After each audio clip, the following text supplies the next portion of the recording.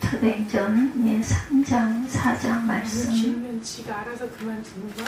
설마 4장 1절에서 12절 그날따라 내가 설교가 길었나 봐. 그 생각을 못했는데 그 정도로 길었으리라 생각을 안 했는데 베드로와 요한의 공회 앞에 서는 그런 내용이죠. 공회 앞에서의 증거입니다. Salvation is found in no one else. 사도들이 백성들에게 말할 때 제사장들과 성종 같은 자와 사두개인들이 이르러 예수 안에 죽은 자의 부활이 있다고 백성을 가르치고 전함을 싫어합니다. 그들을 잡으며 날이 이미 저물었으므로 이튿날까지 가두었으나 말씀을 들은 사람 중에 믿는 자가 많으니 이 남자의 수가 약 5천이나 되더라. 이 말을 믿었다는 거죠.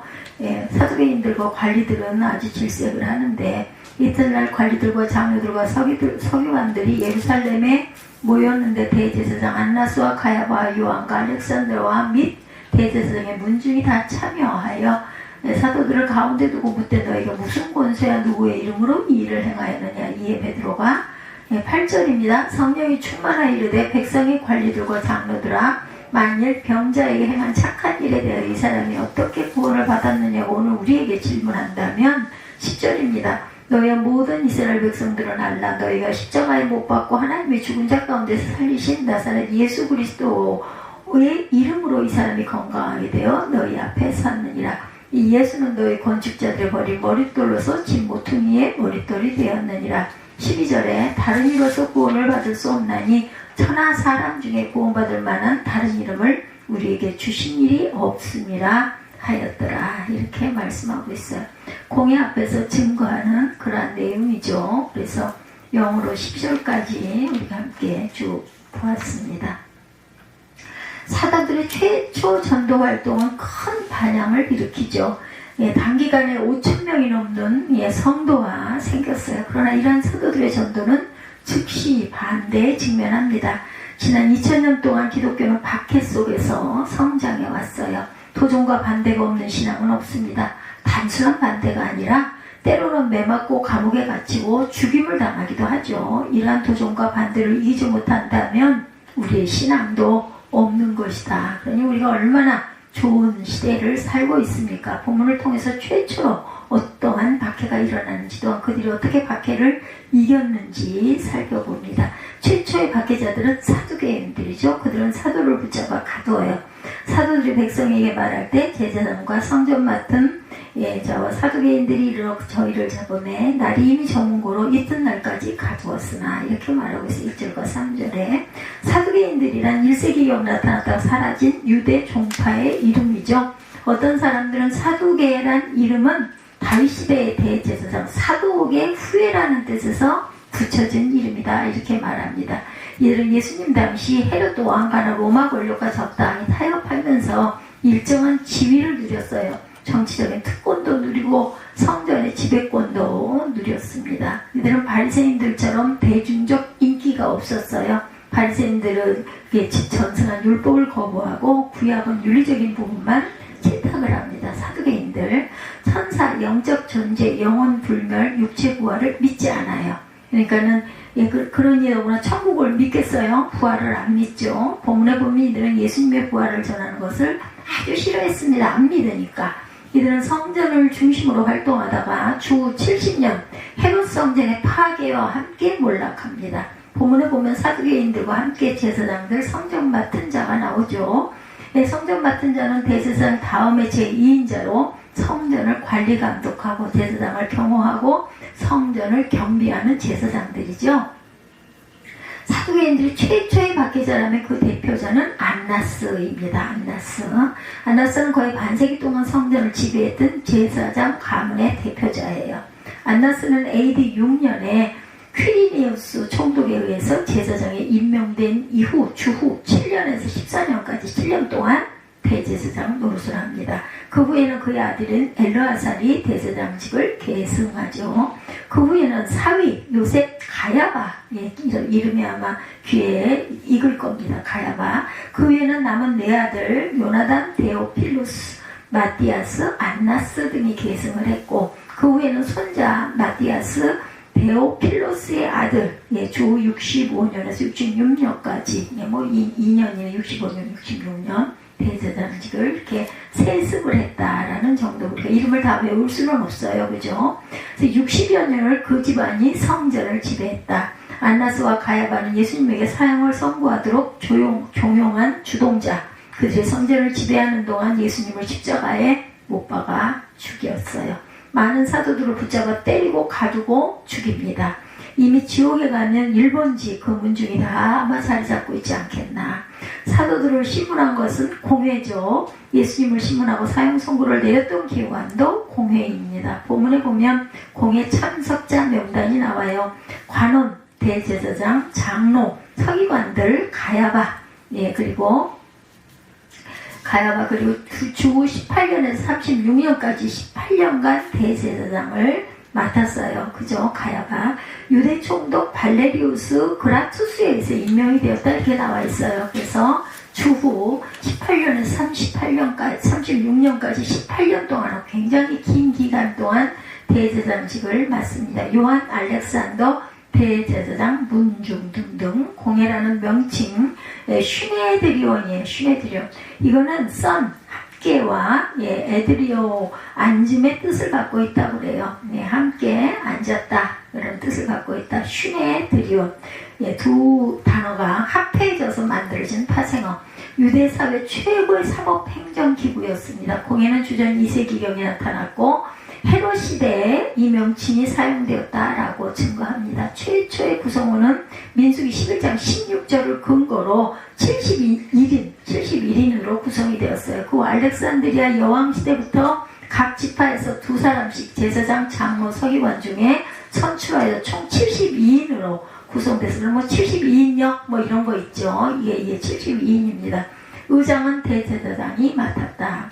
공회에 원하는 상당했다고 그래요. 종교, 윤리, 정치 등의 문제를 다루는 의결기구도 되고 사법본도 가지고 있었다고 합니다. 예수께서 사형 선고 내린 것이 바로 공회였고 단 사형 선고의 경우는 로마 정부의 허락을 받아야만 되었기 때문에 빌라도 총독에게 예수님을 사형시키라고 아우성쳤던 거죠. 빌라도 총독이 사형시켜라 라고 결정을 해줘야 됐기 때문에 공회는 사도들을 앞세웁니다. 재판을 시작하죠. 질문 내용은 아주 간단했어요. 너희가 무슨 권세와 네 이름으로 이 일을 행해야 하느냐. 질문이 7절에 이 내용이었어요. 사도들 가운데서 배우고 묻되 너희는 무슨 권세와 누구의 이름으로 이 일을 행하였느냐. 이에 베드로와 성령이 충만하여 이르되 백성의 관리들과 장로들아 만일 병자에게 행한 착한 일에 대하여 이 사람이 어떻게 구원을 받았느냐 오늘 우리에게 질문한다면 너희와 모든 이스라엘 백성들은 알아라. 너희가 십자가에 못 박고 하나님의 죽은 자 가운데 살리신 나사렛 예수 그리스도의 이름으로 이 사람이 건강하게 되어 너희 앞에 섰느니라. 이 예수는 너희 건축자들의 버린 돌로서 집 모퉁이의 머릿돌이 되었느니라. 다른 이로서는 구원받을 수 없나니 천하 사람 중에 구원을 받을 만한 다른 이름을 우리에게 주신 일이 없음이라 하였더라. 아주 정확하게 답을 하죠. 예수께서 구원을 하였다. 첫째는 권세의 종류, 무슨 권세로? By what power입니다. 둘째는 권세의 출처, 어디에서? 누구 이름으로? By what name? 이렇게 물었겠죠. 병자를 고쳐준 것이 어디서 나온 권세냐? 누구 이름으로 기적을 일으킨 것이냐? 혹은 누가 성전에서 가르칠 권세를 줬느냐? 바리새인과 사두개인 입장에서의 질문을 합니다. 신명기 13장에 보면 하나님 외에는 어떤 이름으로 일으킨 기적도 용납되지가 않아요. 성전은 제사장들의 관할 아래 있으므로 누구도 임의로 가르칠 권한이 없습니다. 그런데 사도들은 성전 지역에서 기적을 일으키고 말씀을 가르쳐요.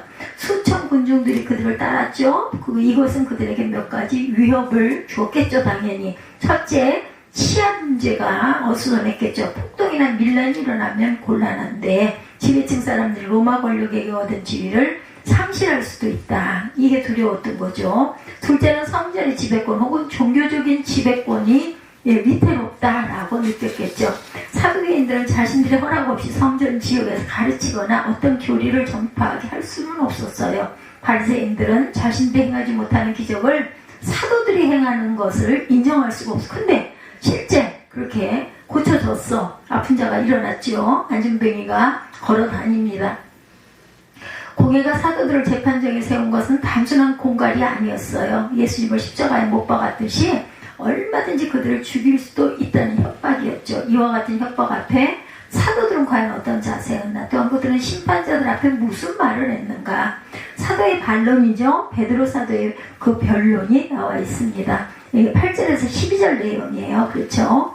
베드로가 성령이 충만하여 백성의 관리들과 장로들아 만일 병자에게 행한 착한 일에 대하여 이 사람이 어떻게 구원을 받았느냐고 오늘 우리에게 질문한다면 너희와 모든 이스라엘 백성들은 알아라. 너희가 십자가에 못 박아 하나님의 죽은 자 가운데서 살리신 나사렛 예수 그리스도의 이름으로 이 사람이 건강하게 되어 너희 앞에 섰느니라.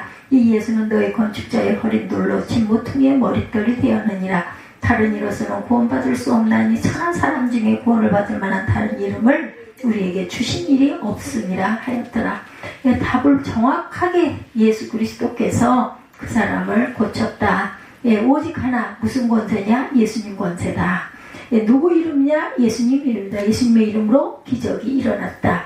예수님을 권세로 가르친다. 반대나 박해에 직면할 때 어떻게 하면 좋을까? 베드로 사도는 바로 그 모범을 우리에게 보여준 거죠. 첫째로 성령 충만이었어요. 베드로가 성령이 충만하여 가로되 8절이죠. 이 세상의 반대들을 이길 유일한 능력은 오직 성령의 능력이다. 그러므로 먼저 성령 충만을 받아야 한다. 베드로 사도가 기적을 일으킨 것도 성령의 능력이죠. 뿐만 아니라 반대자들 앞에 변론을 한 것도 성령의 능력입니다. 반대자들은 베드로 사도를 무식쟁이로 알고 있었어요. 그런데 얼마나 논리정형에게 말을 잘하는지 깜짝 놀라게 되죠. 그뿐인가 조금 두려움이나 당황하는 기색이 조금도 없이 당당하죠. 백성의 관로와 장로들아, 대제사장 서기장 장로들과 같은 지배계층 사람들에게 또한 모든 백성에게 베드로 사도는 아주 당당했어요. 어떻게 그럴 수가 있는가? 성령 충만의 결과죠. 제가 여행을 다녀와서 밤에 금요 처리하는데 설교가 굉장히 길었다라고 얘기를 하는데 저는 그 긴 거를 느끼지를 못할 정도로 하나님이 주신 영이 충만했던 거예요. 다른 게 아니고 뭐 내가 내 영광을 나타낸 것도 아니고 그렇다고 말씀에서 위배된 것도 아니고 말씀은 늘상 있는 말씀인데 그 말씀에 여러 가지 간증과 증거를 하다 보니까 길었습니다. 이게 바로 성령 충만의 역사의 징조라는 거죠. 내 힘이 아니에요. 그때는 전혀 피곤한 것도 모르고 아주 그렇게 너무 기쁘고 즐거웠던 그런 마음으로 금요 철야는 제가 생각을 해도 어떻게 그렇게 기뻤는지 몰라요. 하나님이 주신 힘입니다.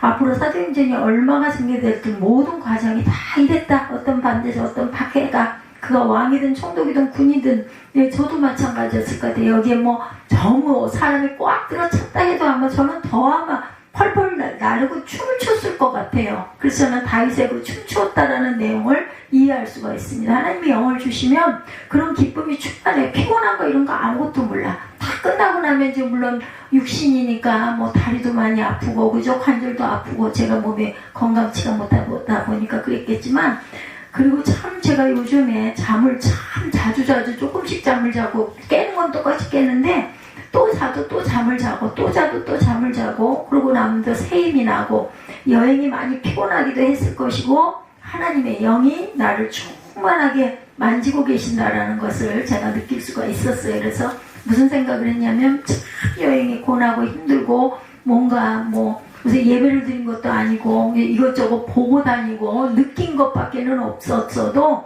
여행이 주는 어떤 것도 또 다른 힘 이런 것이 있고 항상 거기서 하나님께 감사하고 충만할 수 있었던 모든 것들이 하나님이 나를 인도하시고 함께 도와주셨구나 하는 생각이 들어서 만약에 허락만 한다면 허락이 된다면 가는 것도 참 괜찮겠구나. 들어앉아서 갇혀있는 것보다는 꼭 어디 가서 막 예배를 드리고 하지 않아도 왜냐면 우리 마음 안에는 하나님이 항상 계시니까 임재에 계시니까 무엇을 하든 주님께 기도하는 마음으로 하기 때문에 더구나 또 거기 가서 쉬지 않고 수영을 4번이나 하고 왔잖아요.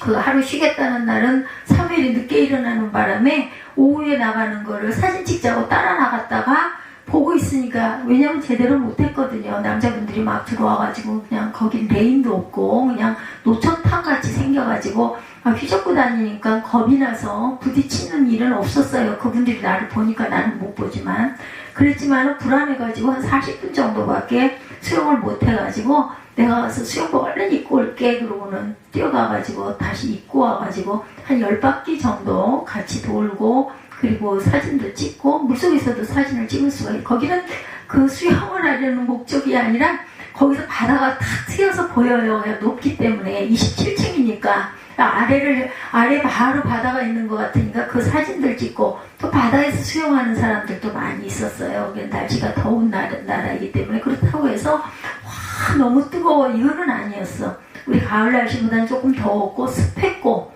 예, 그렇지만은 비도 순간순간 소나기도. 근데 거기가 우기래요 그때가. 근데 이상하게 가이드가 그 얘기 하더라고요. 비가 많이 와야 할 때인데 딱 우리가 거기 도착하기 전날부터 날씨가 비가 안 와서 정말 신기하다라는 생각을 했다고. 날이 맑았으니까 그나마 저희가 움직이고 걸어다니고 하는 게 어려움이 없었겠죠. 아니면 막 우산 쓰고 다니고 했을 거예요. 그죠? 얼마나 친친하고 끈끈했는지 아주 예, 습도가 굉장히 높더라고요.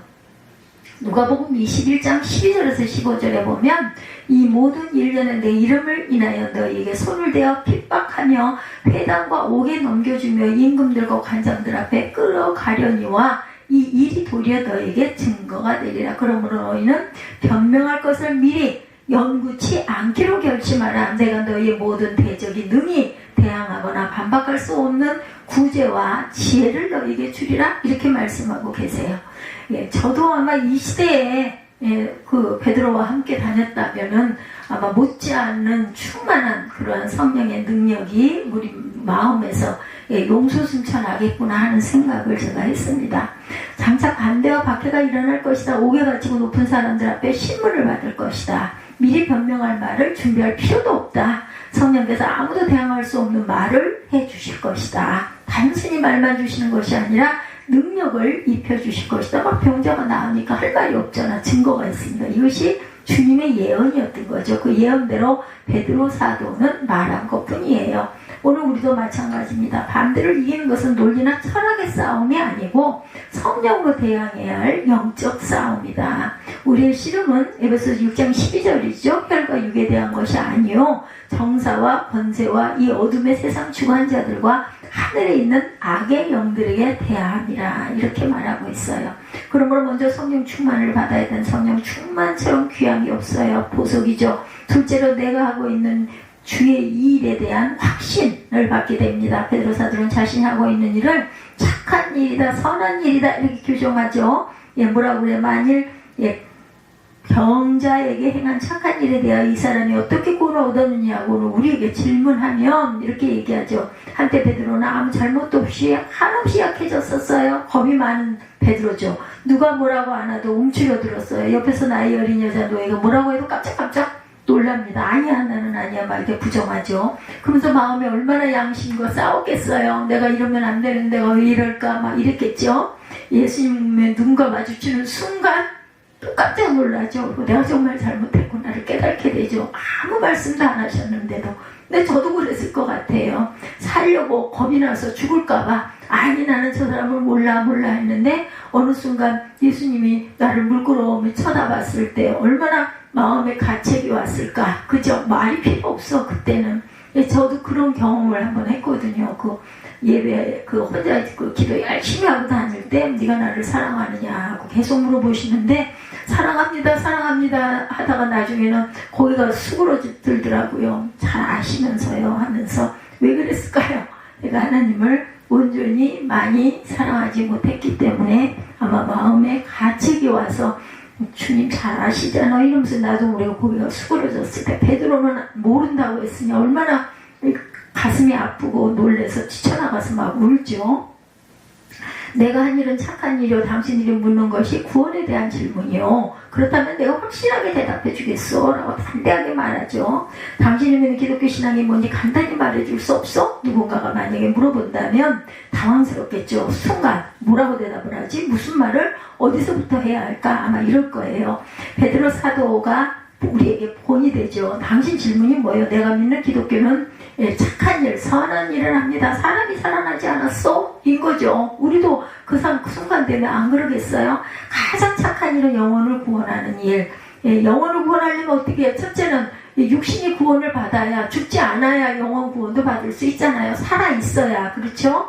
예수님은 구원을 위해서 우리에게 오셨고, 먼저 영원 구원, 우리는 다 죄에 대한 하나님의 심판에서 구원을 받아야 하기 때문에 마귀의 자녀로부터 하나님의 자녀로 변화가 되어야 되죠. 구원받아야 합니다. 지옥에 떨어질 영혼에서 천국 자녀를 자녀로 구원을 얻어야 된다. 하나님과 원수된 영적 상황에서 하나님과 함께하는 생명의 구원을 받아야 합니다. 영혼이 잘 되는 것이 첫 번째 구원이죠. 육신도 구원을 받아야 돼요. 범사에 잘 돼야 합니다. 질병에서 구원을 받아야 합니다. 가난과 굶주림에서 또한 구원을 받아야 합니다. 억압과 박해에서 또한 구원을 받아야 돼요. 구원은 인생 최대의 주제입니다. 내가 하는 일은 바로 그 구원을 전하는 일이다.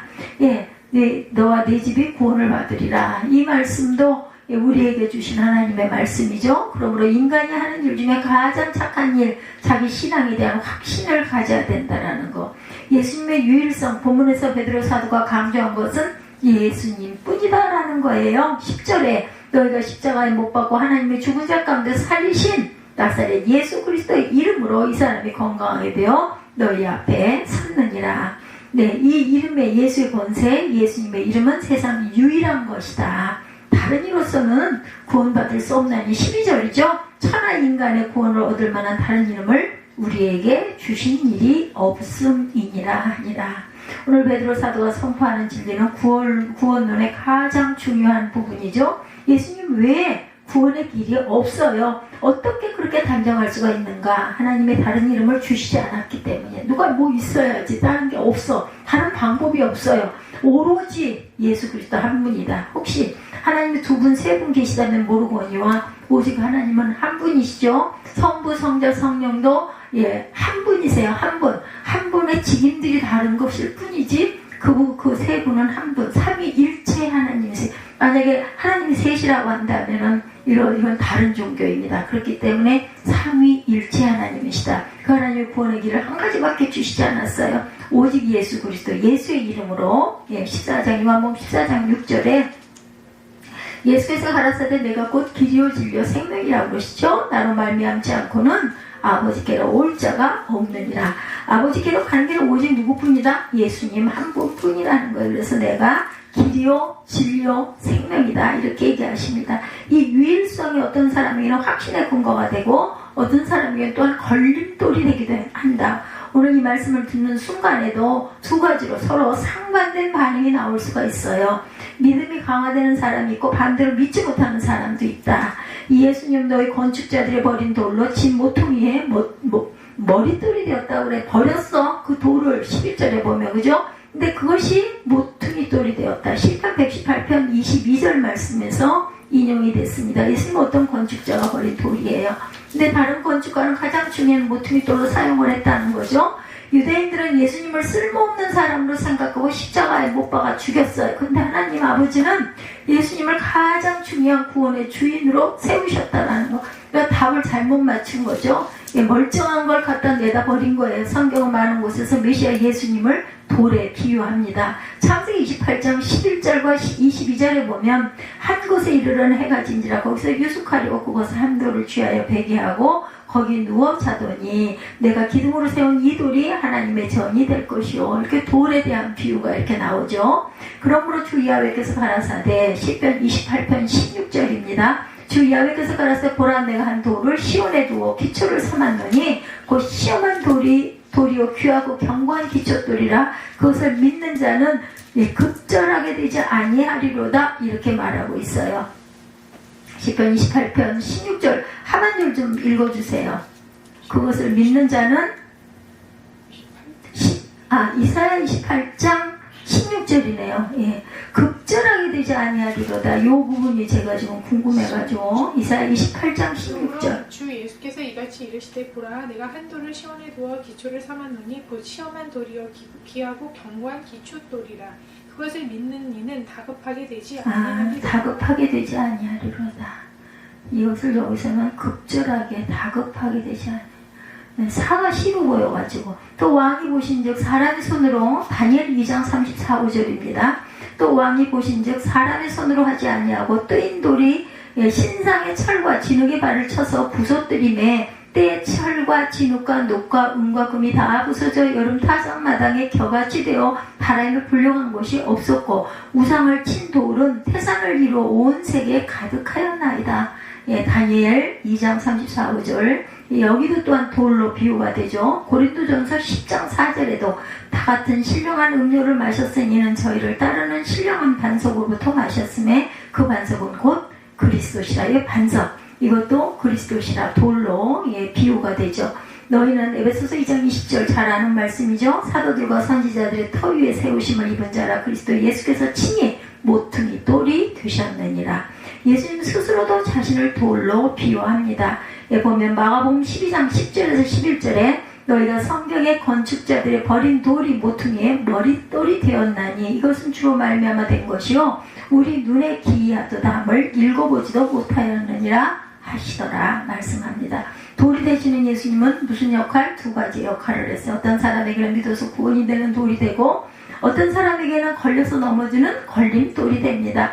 걸려 넘어지고 자빠지고 깨집니다. 성경은 이 점을 또한 정확하게 예언합니다. 이사야 8장 잘 봐야죠. 점이 지켰는지 안 지켰는지. 이사야 8장 14~15절입니다. 그가 거룩함 피할 곳이 되시리라. 그러나 이스라엘의 두 집에는 거치는 돌 걸리는 반석이 되실 것이며 예루살렘 거민에게는 함정 올무가 되시리니 많은 사람들이 그로 인하여 거칠 것이며 넘어질 것이며 부러질 것이며 걸릴 것이며 잡힐 것이니라. 걸림돌이 될 거라고 이렇게 말씀하죠. 거룩한 피난처가 되기도 하고 걸림돌이 되기도 할 거라. 로마서 9장 33절입니다. 기록된 바 보라 내가 부딪히는 돌과 거치는 반석을 시온에 두노니 저를 믿는 자는 부끄러움을 담지 아니하리라 함과 같으니라.